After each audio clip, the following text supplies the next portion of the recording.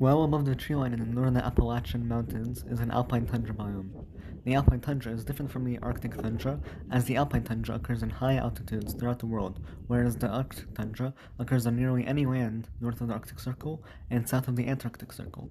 Though the alpine tundra infrequently occurs in the Appalachian Mountains, there are a notable few instances of it in the northeastern United States.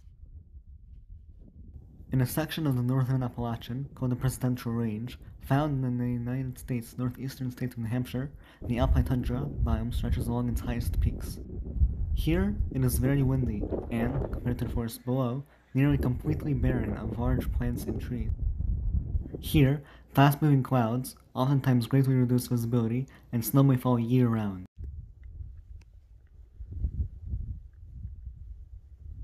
Springs from the ground trickle thin streams of water downhill, subsequently joining with other streams along its path to lead to the larger streams, rivers, and waterfalls found below.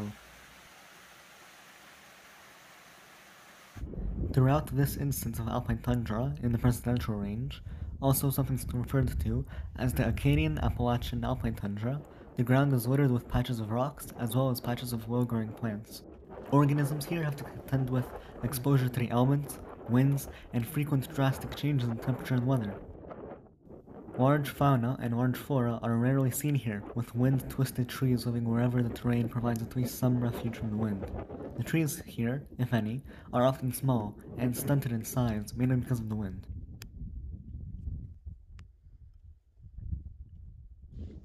Lichen and small plants like grasses and mosses grow on and in between rock crevices and on the thin soil.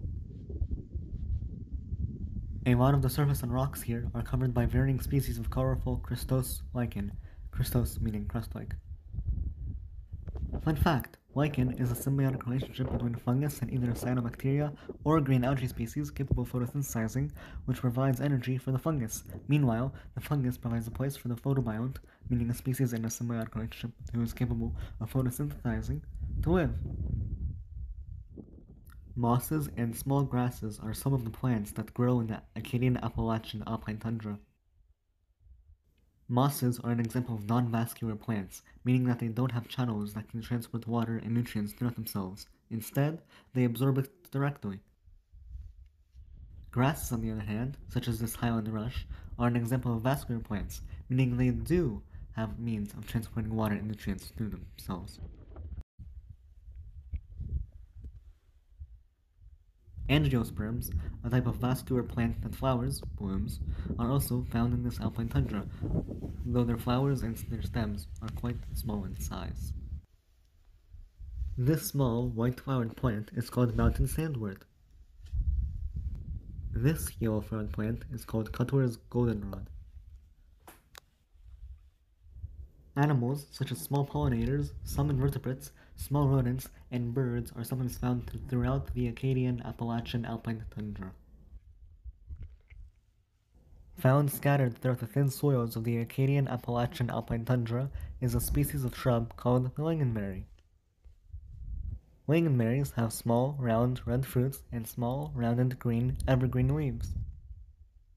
Their red berries, though quite bitter in taste and nausea-inducing for some, are edible.